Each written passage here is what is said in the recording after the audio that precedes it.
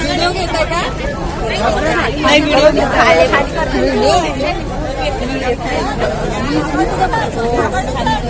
दादा व्हिडिओ घेताय का?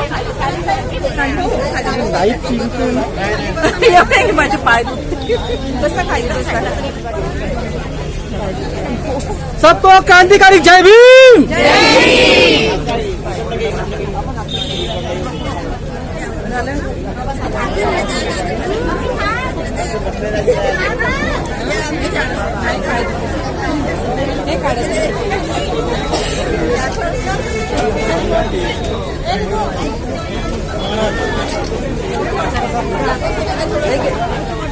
नामना इकडे आहे ना सध्या.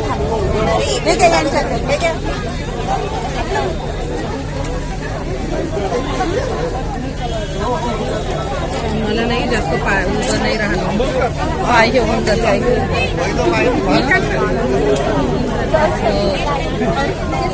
भेटू.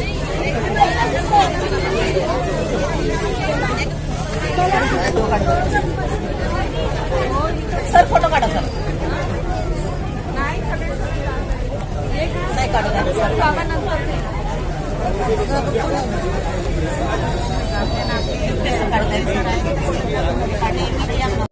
मी पण करू शकतो.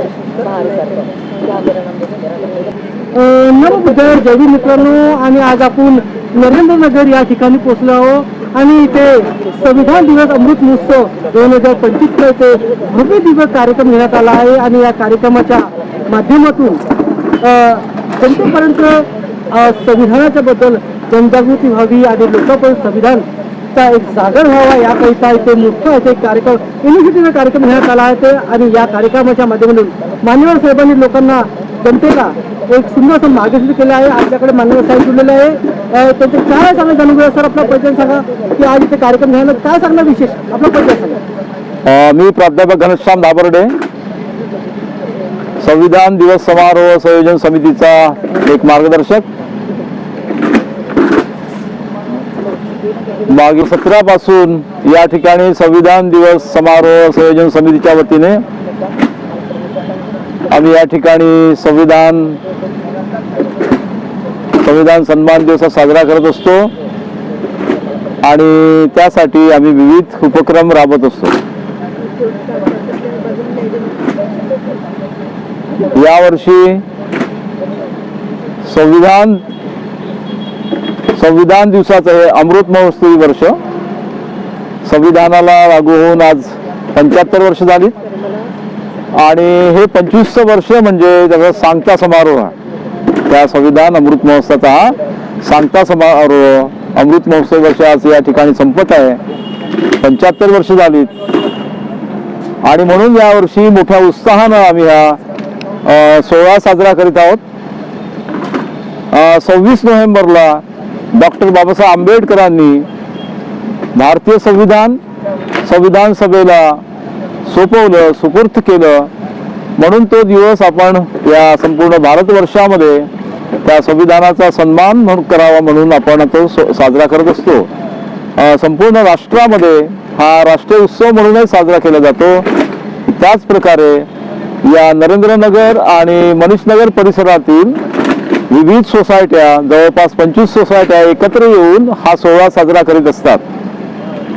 यावर्षी सुद्धा आम्ही 26 नोव्हेंबरला एक रॅली काढली संविधान सन्मानाची.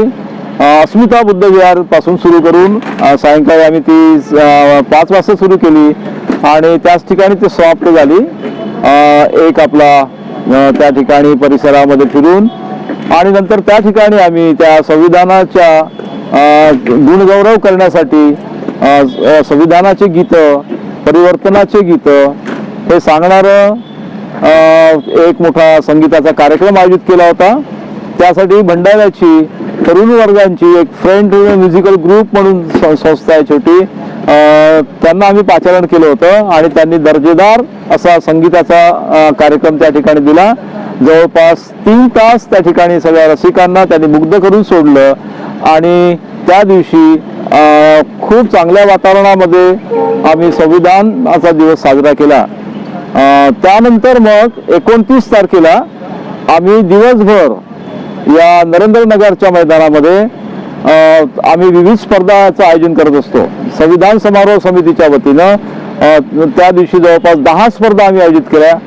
सकाळी 11 पासून तर सायंकाळी 4 वाजेपर्यंत, त्यानंतर सायंकाळी 6 पासून तर रात्री 10:30 पर्यंत विविध स्पर्धा विविध प्रकारे म्हणजे 10 स्पर्धा आम्ही त्या ठिकाणी घेतल्यात आणि खूप चांगला प्रतिसाद परिसरातील लोकांनी दिला.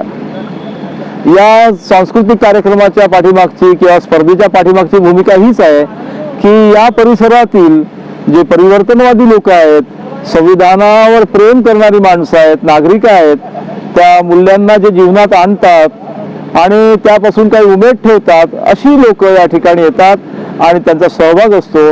मोठ्या उत्साहाच्या वातावरणामध्ये या सांस्कृतिक सोहळ्यामध्ये लोकांनी सहभाग घेतला आणि आम्ही तो अत्यंत चांगल्या प्रकारे साजरा केला. या स्पर्धेमध्ये ज्या ज्या स्पर्धकांनी सहभाग घेतला त्यांना आम्ही प्रमाणपत्र देत असतो आणि ज्यांना क्रमांक मिळतात, गुणवत्ता प्राप्त करून जे तिथे येतात, त्या स्पर्धेमध्ये उत्तीर्ण होतात, अशा सगळ्या स्पर्धकांना प्रथम, द्वितीय, तृतीय असे पारितोषिक कॅश प्राइज दिलं जातं. त्यांना प्रथम पारितोषिक 1000चं, दुसरं 750चं आणि तिसरं 500 रुपयाचं कॅश प्राइज आम्ही देतो.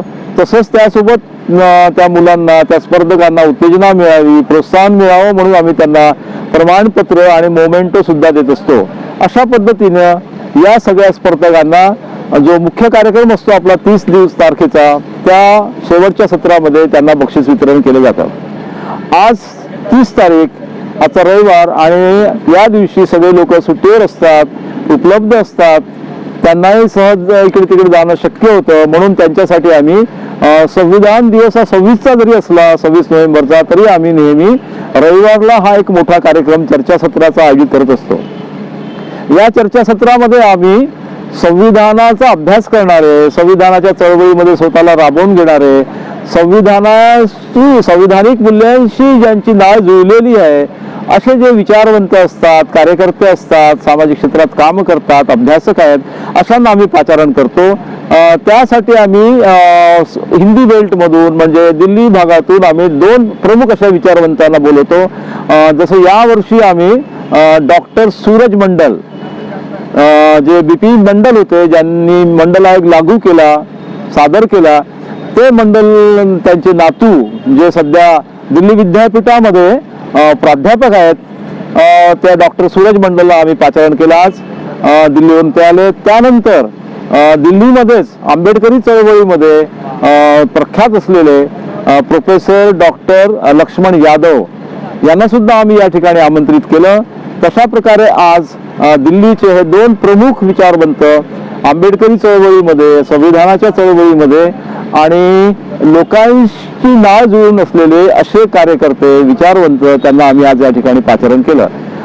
त्यानंतर मग महाराष्ट्रातून आम्ही आजच्या या चर्चासत्रामध्ये 2 प्रमुख विचारवंतांना आमंत्रित केलं. त्यामध्ये एक आहेत डॉक्टर अनंत राऊत, जे नांदेडचे आहेत, मराठीचे प्राध्यापक, परंतु संविधान चळवळीचा गाढा अभ्यास त्यांनाही आम्ही या ठिकाणी आमंत्रित केलं. आणि दुसरे होते जे निर्भय बनू चळवळीचे सध्या खंबीर असे कार्यकर्ते आहेत, नेतृत्व करतात, ते डॉक्टर विशंभर चौधरी.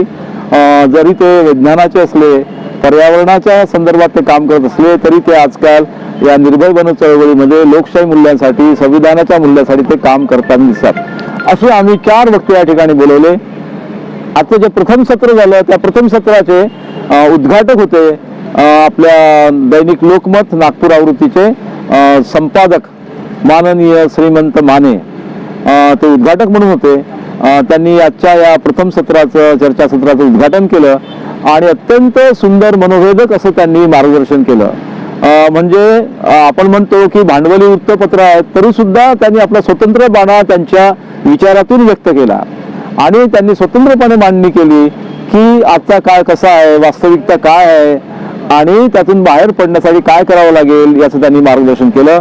त्यानंतर आजच्या या संविधान सन्मान सोहळ्याचं दुसरं सत्र, या दुसऱ्या सत्रामध्ये प्रमुख वक्ते होते माननीय डॉक्टर सूरज मंडल आणि विश्वंभर चौधरी. या दोघांनी या चर्चासत्रात सहभाग घेतला आणि त्यांनी संविधानाच्या संदर्भातली आपली भूमिका मांडली. अत्यंत सुंदरपणे त्यांनी लोकांना मार्गदर्शन केलं, लोकांना खेळवून ठेवलं. आणि त्यानंतर या चर्चासत्राचे अध्यक्ष माननीय डॉक्टर प्रदीप आगलावे यांनी अध्यक्षस्थान भूषवलं. त्यांनी सुद्धा सुंदर असं मार्मिक असं विवेचन केलं आणि लोकांना मार्गदर्शन केलं. त्यानंतर या ठिकाणी ज्या स्पर्धकांनी सहभाग घेतला होता त्या सगळ्या स्पर्धकांना बक्षीस वितरण करण्यात आलं आणि त्यानंतर आभार प्रदर्शनाने हा कार्यक्रम संपला. अशा या कार्यक्रमामध्ये बहुसंख्य लोकांनी परिसरातील सहभाग घेतला होता. संपूर्ण आमचं सभागृह खचाखच भरून गेलं होतं आणि या कार्यक्रमाची सांगता राष्ट्रगीताने झाली आणि त्यानंतर या कार्यक्रमाचं आम्ही इथे सर्वांच्या याच्यानं आभार प्रदर्शनाने ते संपलं.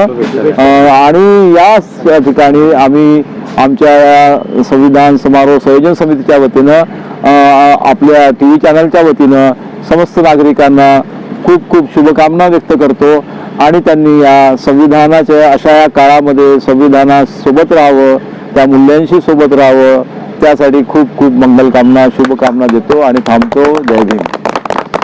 जय भीम.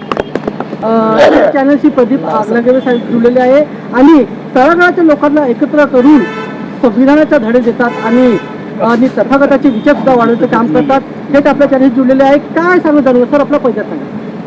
मी डॉक्टर प्रदीप आगलावे, नरेंद्रनगरच्या परिसरामध्ये संविधान दिन समारोह समितीच्या वतीनं 2017 पासून संविधान दिनाच्या निमित्तानं प्रबोधनात्मक अशा प्रकारच्या कार्यक्रमाचं आयोजन केलं जातं. आता प्राध्यापक धाबर्डे यांनी सविस्तर माहिती दिली. या संविधान समारोह समितीचा जो उद्देश आहे तो उद्देश म्हणजे केवळ संविधान दिनाचा कार्यक्रम घेणं हा उद्देश नाही आहे. कार्यक्रम तर घ्यायचा आहेच, पण त्याचबरोबर प्रमुख उद्देश असा की संविधानाच्या संदर्भात जागर झाला पाहिजे, लोकांना संविधानाच्या संदर्भातली माहिती मिळावी आणि आज संविधानासमोर कोणकोणते आव्हानं आहे, लोकांच्या कोणत्या समस्या निर्माण झालेल्या आहे या संदर्भात लोकांना जागृत करणं हा अतिशय महत्वाचा उद्देश आहे. आणखी दुसरी महत्वाची गोष्ट की जे लहान मुलं आहेत, जे उद्याचे नागरिक आणि उद्या या राष्ट्राचे शिल्पकार ठरणार आहेत, त्यांच्या मेंदूमध्ये संविधानाविषयीची माहिती असणं आवश्यक आहे, त्यांना जागृत करणं आवश्यक आहे. मला आनंद यासाठी आहे की या संयोजन समितीतर्फे जे कार्यक्रम आयोजित केले जातात त्या कार्यक्रमामुळे विद्यार्थ्यांचा सुद्धा सहभाग घेतला जातो. काल जो सांस्कृतिक कार्यक्रम विद्यार्थ्यांनी म्हणजे सादर केला त्यामध्ये जवळपास 300 विद्यार्थी सहभागी झालेत आणि त्यांनी संविधानाच्या संदर्भात विविध उपक्रमामध्ये सहभाग घेतला. मला वाटतं ही या समितीची अत्यंत महत्वाची उपलब्धी आहे आणि त्यामुळे खऱ्या अर्थानं संविधान जागर करण्याचं काम ही समिती करते आहे असं मला वाटतं. प्रदीप आगलावे साहेब, आज या कार्यक्रमामध्ये हजारोच्या संख्येने या कार्यक्रमामध्ये लोक आज या कार्यक्रमात सामील झाले होते. कुठे ना कुठे आपल्याला एक या कार्यक्रमाच्या माध्यमातून एक पावती मिळालेली आहे आणि आपण एक सक्सेस कार्यक्रम झालेला असं लोकांना सुद्धा सांगण्यात आलेलं आहे. याच्यावर तुम्ही काय सांगणार? निश्चितच संयोजन समिती मागील 3 महिन्यापासून परिश्रम घेतलं आणि सातत्यानं काम करीत असते. त्याचा परिणाम आणि केवळ म्हणजे संयोजन समिती पुरता काय पण नसत, लोक या संयोजन समिती लोक घरोघरी जातात आणि विशेष म्हणजे केवळ बौद्ध लोकांकडेच नाही तर आदिवासी ओबीसी जे लोक आहेत त्यांच्या घराघरापर्यंत हा कार्यक्रम नेण्याचा प्रयत्न केला जातो आणि त्यामुळे आज आपण जी बघितली ती उपस्थिती मोठ्या प्रमाणात काल सुद्धा चांगली जे मुख्य समन्वयक जे आहेत आमचे BP वाघमारे साहेब त्यांचं महत्त्वाचं योगदान राहिलं. त्याचबरोबर प्राध्यापक घनश्याम थाबर्डे, डॉक्टर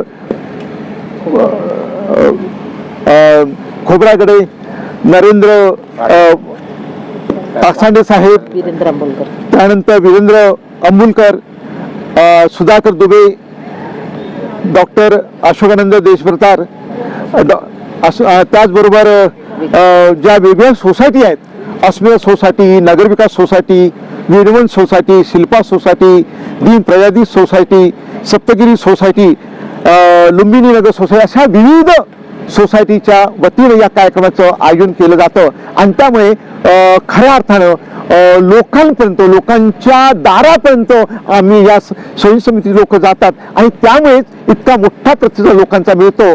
आणि मला असं वाटतं की हा कार्यक्रम केवळ विशिष्ट लोकांपुरतं मर्यादित राहत नाही, तर बौद्ध, त्यानंतर आदिवासी, ओबीसी या सर्वांना घेऊन हा कार्यक्रम केला जातो. आणि त्यांचं सुद्धा योगदान या कार्यक्रमात मला वाटतं हे या समितीचं आणि या कार्यक्रमाचं मोठं यश आहे असं मला वाटतं. हे होते साहेब बोलले होते आणि त्यांनी विस्तारपणे आपल्याला माहिती सांगितली आहे. आणि या कार्यक्रमाच्या माध्यमातून लोकांपर्यंत जनजागृती झालेली आहे आणि याच्या असाच निरंतर कार्यक्रम व्हावे याकरता सुद्धा लोकांनी एक आग्रह केलेला आहे. आणि अशा कार्यक्रमाला मोठा प्रतिसाद राहावा आणि आमच्या चॅनलच्या वतीने सुद्धा त्यांना क्रांतिकारी जय भीम.